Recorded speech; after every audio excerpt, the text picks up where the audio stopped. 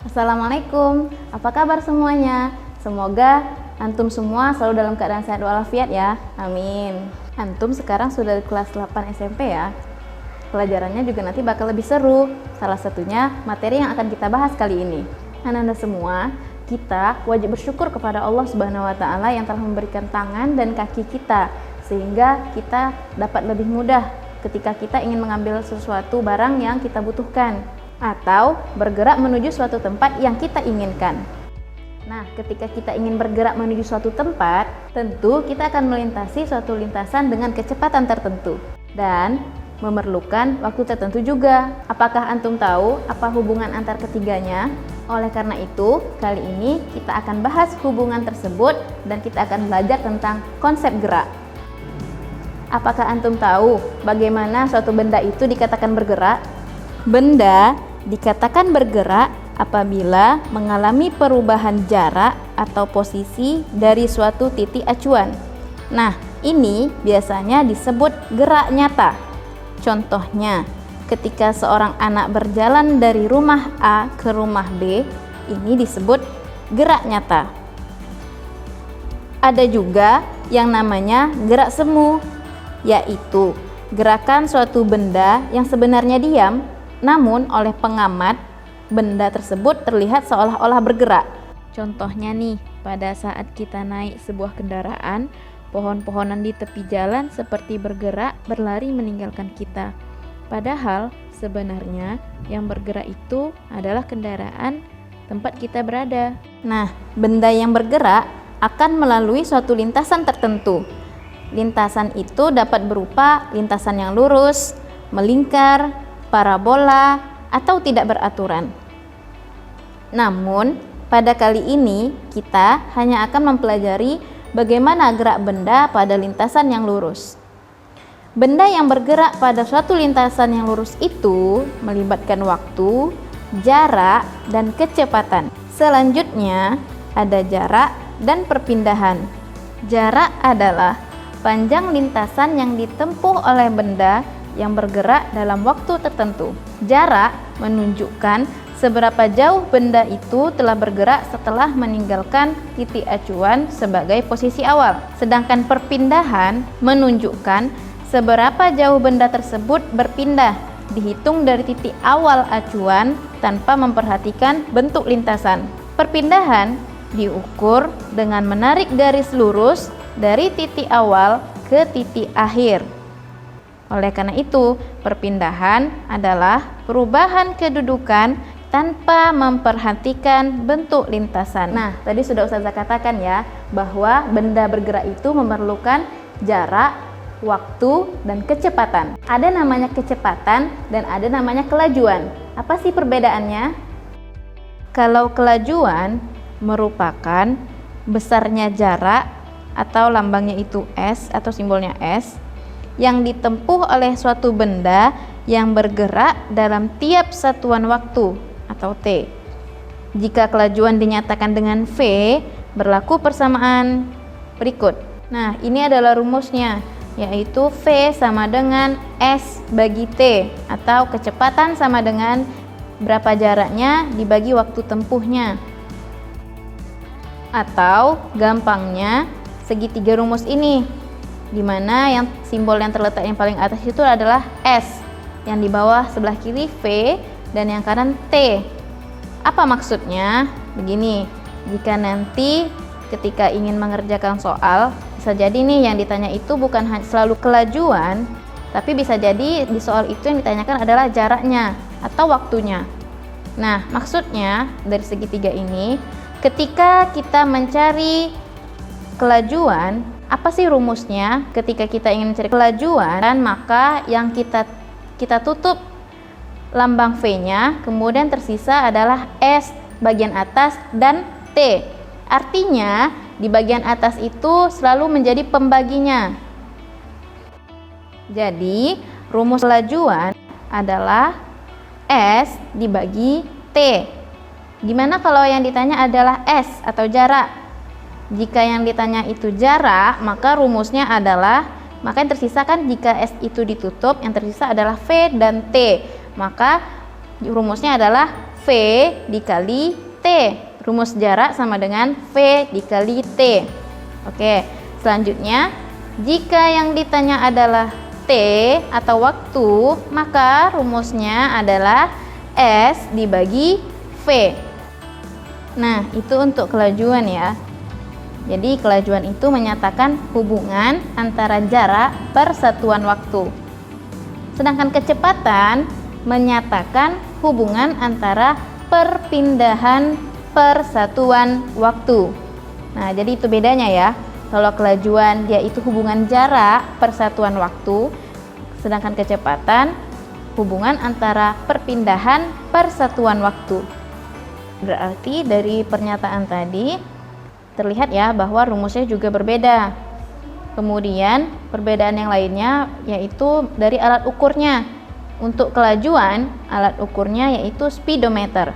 Sedangkan kecepatan, alat ukurnya yaitu GPS. Selain perbedaan tadi, kelajuan dan kecepatan tetap sama-sama berkaitan dengan gerak ya.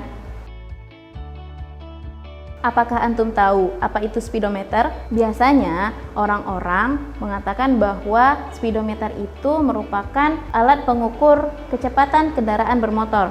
Padahal sebenarnya speedometer itu gunanya untuk mengukur kelajuan, jadi bukan kecepatan ya. Nah, selanjutnya gerak lurus itu dibagi menjadi dua, ada GLB dan GLBB atau gerak lurus beraturan dan gerak lurus berubah beraturan. GLB atau gerak lurus beraturan merupakan gerak suatu benda dengan lintasan lurus dan kelajuan yang tetap. Contohnya pada gambar ini menunjukkan bahwa seorang atlet mampu menempuh jarak 5 meter setiap sekonnya. Nah, terlihat di sini ya bahwa setiap 5 meter waktu yang dia perlukan adalah 2 sekon, dan dari jarak 15 meter ke 20 juga memerlukan waktu 2 sekon. Nah, inilah yang disebut dengan gerak lurus beraturan, di mana gerak suatu benda di lintasan yang lurus dan kelajuannya tetap. Nah, ingat ya, walaupun kelajuan dan kecepatan itu memiliki definisi konsep yang berbeda, namun pada GLB, besar kecepatan dan kelajuan memiliki nilai, simbol, dan satuan yang sama. Oke, kita masuk ke contoh soal tentang GLB ya. Yang pertama, sebuah mobil menempuh jarak 400 meter dalam waktu 20 sekon. Berapakah kelajuan rata-rata mobil tersebut? Nah, berarti di sini sudah diketahui ya jaraknya 400 meter, jarak itu S, kemudian waktunya 20 sekon, waktu itu adalah T. Jadi kita buat dulu, diketahui S sama dengan 400 meter, kemudian T adalah 20 sekon. Kemudian apa yang ditanya? Yang ditanya adalah V atau kelajuan. Rumusnya kalau V itu adalah S bagi T. Jadi 400 dibagi 20 hasilnya 20 meter per sekon. Jadi kelajuan rata-rata mobil ini adalah 20 meter per sekon. Oke, paham? Itu contoh pertama ya. Selanjutnya contoh kedua, sebuah mobil bergerak dalam kelajuan rata-rata 40 meter per sekon selama 5 menit. Berapakah jarak yang ditempuh mobil tersebut? Nah, kalau yang nomor 1 tadi itu yang ditanya adalah kelajuan, nomor 2 ini yang ditanya adalah jarak. Bagaimana rumusnya? Jarak itu rumusnya adalah S sama dengan V dikali T. Berarti kita memerlukan V dan T. V sudah diketahui dan T juga sudah diketahui. Namun untuk V itu sesuai ya satuannya meter per sekon, sedangkan T itu tidak sesuai satuannya karena yang diketahui itu dalam satuan menit, sedangkan yang kita butuhkan itu harus dalam sekon. Nah, kita konversikan aja nih. 5 menit itu berapa sekon atau 5 menit itu berapa detik? 5 dikali 60, 5 menit dikali 60 detik hasilnya 300 sekon. Ingat ya, jika nanti antum ketemu soal seperti ini, ingat harus diubah dulu satuannya sesuai yang sudah ditetapkan. Satuan jarak itu meter, satuan waktu itu sekon, dan satuan kecepatan meter per sekon. Jika nanti ada yang di soal diketahuinya berbeda, maka kita konversikan dulu. Oke, nah lanjut ya. Rumusnya jarak sama dengan V dikali T. S sama dengan, kita masukin kecepatannya 40 meter per sekon dikali 300 sekon. Hasilnya adalah 12.000 meter. Jadi jarak yang ditempuh mobil adalah 12.000 meter. Gimana? Sudah paham ya? Oke, kita lanjut. Lanjut yang kedua, yaitu GLBB atau gerak lurus berubah beraturan. Apa sih itu GLBB? Yaitu GLBB adalah gerak benda dengan lintasan lurus dan kelajuan yang selalu bertambah atau berkurang secara teratur, atau percepatannya tetap.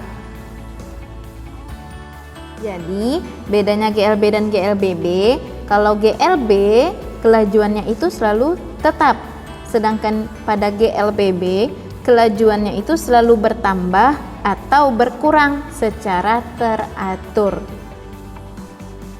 Contoh dari GLBB ini sering terjadi pada kehidupan sehari-hari, seperti saat antum melakukan perjalanan dari rumah ke sekolah, kendaraan yang antum tumpangi itu akan bergerak dengan kecepatan yang berubah-ubah tiap waktunya. Apalagi nih ketika kendaraan yang antum tumpangi mendekati lampu merah atau lampu lalu lintas, yang akan dilakukan oleh kendaraan tersebut adalah memperlambat kelajuannya. Setelah lewat dari lampu lalu lintas, maka kelajuan akan bertambah. Nah, inilah aplikasi dari GLBB. Nah, konsep gerak ini memiliki hubungan dengan gerakan komponen-komponen di alam semesta yang berupa galaksi-galaksi yang beredar pada orbitnya masing-masing serta saling menjauhi satu sama lain dan berjalan secara teratur. Hal ini sudah tercantum dalam Al-Quran Surah Al-Anbiya ayat 33 yang artinya, dan dialah yang telah menciptakan malam dan siang, matahari dan bulan, masing-masing dari keduanya itu beredar di dalam garis edarnya. Allahu Akbar. Nah, sudah paham ya apa perbedaan jarak dan perpindahan, kemudian perbedaan kelajuan dan kecepatan, serta penjelasan GLB dan GLBB. Oke, untuk sebagai bahan evaluasi, silahkan antum lihat LKPD antum di kegiatan evaluasi yang pertama. Silahkan dikerjakan ya. Semoga ilmu kita kali ini bermanfaat. Ustazah akhiri. Assalamualaikum warahmatullahi wabarakatuh.